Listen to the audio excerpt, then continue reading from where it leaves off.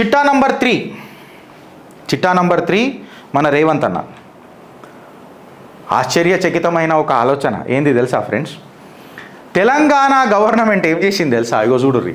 Telangana may act against Dia Mirza and others for AI clips for tree felling. అంటే ఇది హెచ్యూలో జరిగిన సంఘటనకు డియా మిర్జా మీద ఇంకా ధ్రువ్ రాఠీ మీద పోలీస్ చర్యలు తీసుకోవచ్చు, ఎఫ్ఐఆర్ కూడా బుక్ చేయొచ్చు. ఇది నేనన్న మాట కాదు. ఇండియా టుడే April 7, 2025 సాయంత్రం 6:25 వచ్చిన కథనం మీ ముంగట పెడుతున్నా. తెలంగాణ గవర్నమెంటు డియా మిర్జా ఇంకా ధ్రువ్ రాఠీ మీద ఒక fake AI generated content కంచా Gachibowli forest మన కాంట్రవర్సీ ఏదైతుందో దాని మీద వీళ్ళు ఒక ఏఐ జనరేటెడ్ కంటెంట్ నడిపిర్రని చెప్పి వాళ్ళ మీద యాక్షన్ తీసుకోనికే, or to that matter legal action తీసుకోనికే, or to that matter police action తీసుకోనికే, ఆర్ టు దట్ మ్యాటర్ ఒక ఎఫ్ఐఆర్ పెట్టిన whatever it may be the government wants to take an action. అయితే state government ఏం చేసిందంటే హైకోర్టులో ఒక petition file చేసింది. ఏమని?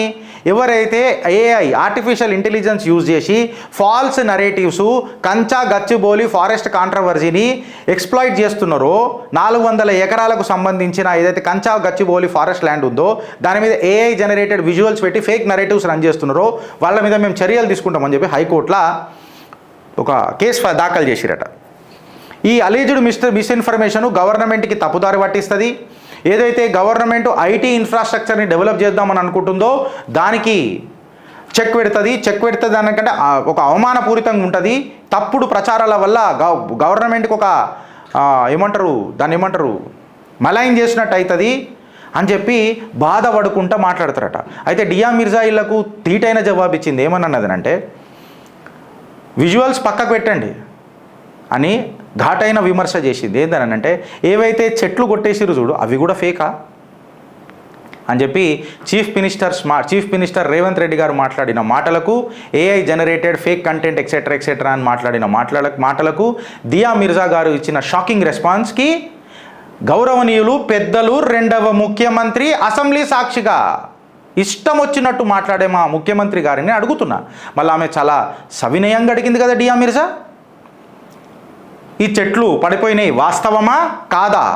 హఠావుటిగా బుల్డోజర్లు ఎందుకు పోయినాయి సార్ మళ్ళీ లోపల అననే ప్రశ్న సుప్రీంకోర్టు అడిగిన దానికి గిరీష్ గారు ఇవ్వడు సార్ కోన్కిస్కా కొట్టం మళ్ళా గుడ్డలిపి కొట్టాలని చెప్పి మీరే మాట్లాడతారు. దానికి కొంతమంది వత్తాసు కూడా పలుకుతారు వేరే పార్టీలలో.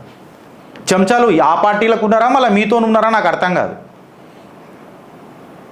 సో వాళ్ళ గురించి పక్కకు మాట్లాడే కంటే ముందు నేను గౌరవనీయ ముఖ్యమంత్రి గారిని ఏమడుగుతున్నానంటే, సార్ మళ్ళా బుల్డోజర్లు లోపలికి ఎందుకు పోయినాయి sir?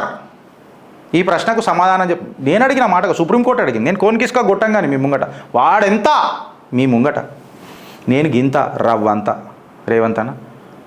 So YouTuber Dhruv Rathee గారు కూడా ఒక వీడియో పెట్టిండట, వాడి మీద కూడా కేసులు బుక్ అవుతాయట. ఇప్పుడు ఇక్కడ గుర్తుపెట్టుకోవాల్సింది ఏంటంటే ఇప్పుడు ఒక శాటిలైట్ ఇమేజ్ కంపారిజన్ మనం చేసినాం అనుకో, లార్జ్ స్కేల్ డిఫారెస్టేషన్ జరిగినట్టు మనకు తెలుస్తలేదా? గూగుల్ శాటిలైట్ పెట్టుకొని మనం చూసినా బిఫోర్ అండ్ ఆఫ్టర్ చూస్తే ఇది కనబడతలేదా? అంటే అక్కడ చెట్లు నరికినట్టు కనబడతలేదా? డియా మిర్జా గదే అడుగుతుంది కదా. దానికి ఫస్ట్ సమాధానం చెప్పురు. సమాధానం రాకపోతే ఇష్టం వచ్చినట్టు నియంత పాలన ఒక డిక్టేటర్ లెక్క చేయడం అనేది కరెక్టా? కష్టపడి పైకి వచ్చిన రేవంత్ రెడ్డి నన్ను అడుగుతున్నా నేను, ఎంత కష్టపడి పైకి వచ్చినవే?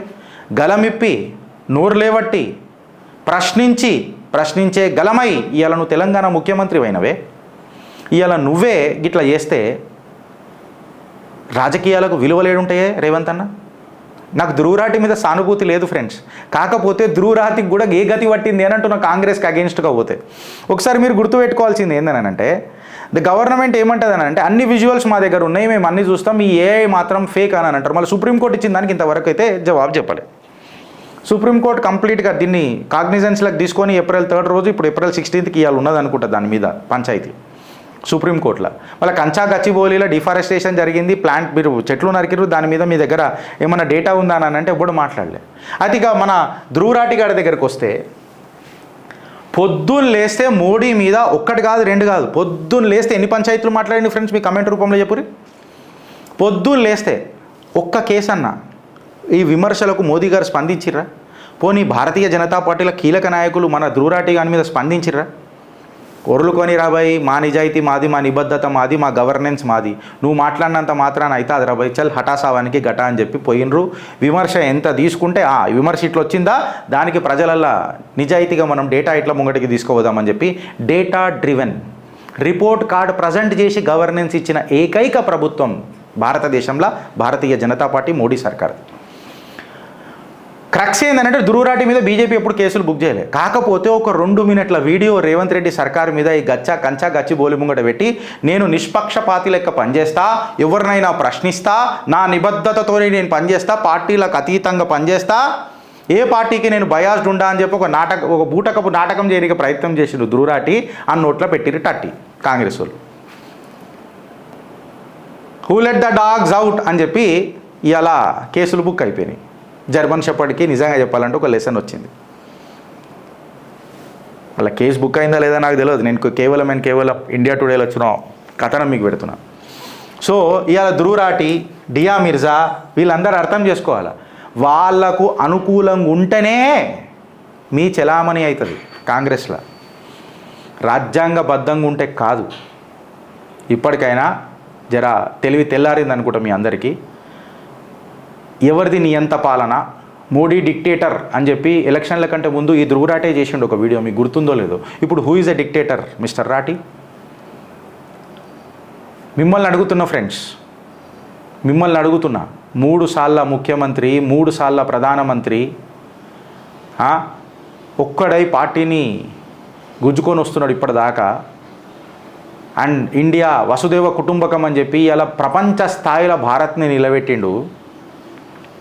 ఒక విశ్వగురు స్థానానికి తీసుకుపోయే ప్రయత్నం చేస్తున్నాడు. ప్రతి భారతీయుడికి ఒక గర్వమైండు, ప్రతి భారతీయుడికి గౌరవాన్ని ఇచ్చిండు, ప్రతి భారతీయుడు గర్జించి మాట్లాడే కెపాసిటీ ఇచ్చిండు. ఆయన మీద 1,00,000 సార్లు విమర్శ చేస్తే కూడా పెద్దగా పట్టించుకోలే. ఆ విమర్శలే నాకు కవచం. కర్ణుడికి పరశురాముడు చెప్పిన ఒక చిన్న కథ గుర్తొస్తుంది ఫ్రెండ్స్.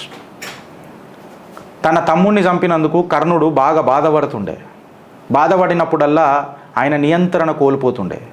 అప్పుడు భగవాన్ పరశురాం, ఆయన గురువు, ఆయనకొక మాట చెప్పిండు, అప్నే క్రోధ్ కో అస్త్ర బనా కర్న్ ఆర్ అస్త్ర సంధాన్ కర్ అని చెప్పిండు. అంటే నీ కోపాన్నే ఏమంటారు శస్త్రం జై కర్న్, నీ కోపాన్నే శస్త్రం జై, కంట్రోల్లో పెట్టు, ఆ శస్త్రాన్ని ఆవాహనం చేసి నీ ప్రత్యర్థుల మీద కొట్టు అని అన్నాడు. భగవాన్ పరశురాముడు శిష్యుడా కాడా నాకు తెలియదు. కాకపోతే తన కోపాన్ని ఒక శస్త్రం చేసి ప్రత్యర్థుల మీద కొడతాడు. తర్వాత గిలగిల కొట్టుకుంటున్నారు కదరా మీరంతా. ఆయన దగ్గర ఆయన వేసే అడుగులకు మీ దగ్గర జవాబులు ఉన్నాయా? ఉంటాయా? ఫ్యూచర్లో కూడా ఉండబోతాయా? నేను మిమ్మల్ని అడుగుతున్నా. ఆలోచిస్తారా లేక అనుభవిస్తారా? భారత్ మాతాకి జై.